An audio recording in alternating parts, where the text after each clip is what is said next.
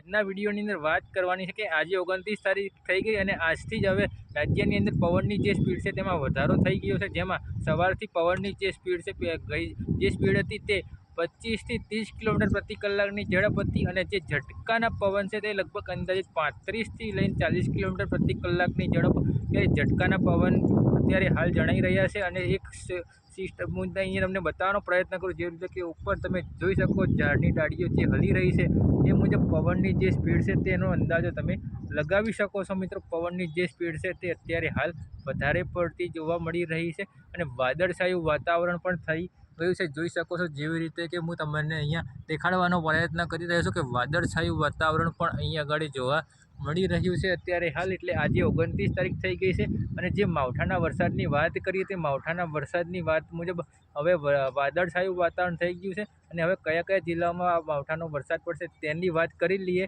તો કચ્છના તમામ ભાગોની વાત છે। કચ્છના તમામ ભાગોમાં માવઠાના વરસાદની શક્યતાઓ છે। તીવ્ર થંડરસ્ટોર્મ એક્ટિવિટી સાથે માવઠું થવાનું છે। એ સિવાય આગળ વધીએ તો ઉત્તર ગુજરાતના ભાગો જેમાં વાવ, થરાદ, દિયોદર, બનાસકાંઠા, ભાભર જેવા વિસ્તારો, એનાથી આગળ આવીએ તો મધ્યપ્રદેશ બોર્ડર લાગુ વિસ્તાર, જેમાં મધ્યપ્રદેશ બોર્ડર લાગુ વિસ્તારની અંદર વાત કરી લઈએ તો હાલોલ, કાલોલ, દાહોદ, ગોધરા, કઠલાલ, કપડવંજ, મધ્ય ગુજરાતના ભાગોમાં ગાંધીનગર, અમદાવાદ, નડિયાદ, આણંદ, વડોદરા જેવા શહેરોનો પણ સમાવેશ થાય છે, જેમાં માવઠાના વરસાદની શક્યતાઓ છે।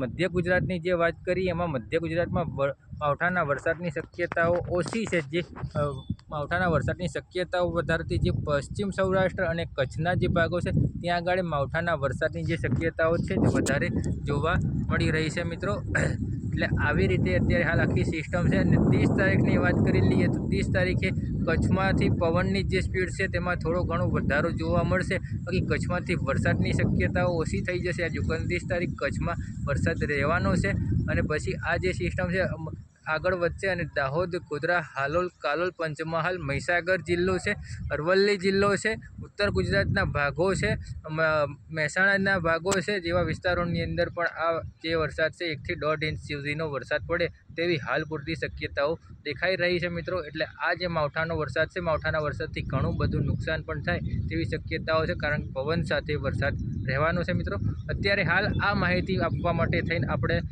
વિડીયો બનાવ્યો હતો, તો વિડીયોની અંદર અત્યારે હાલ પૂરતું આટલું જ। જે મિત્રો ચેનલ પર નવા આવ્યા હોય ચેનલને સબસ્ક્રાઈબ ના કરી, ચેનલને સબસ્ક્રાઈબ કરી દે, વિડીયોને લાઇક કરીને વિડીયોને તમામ ગ્રુપમાં શેર કરી દેવો।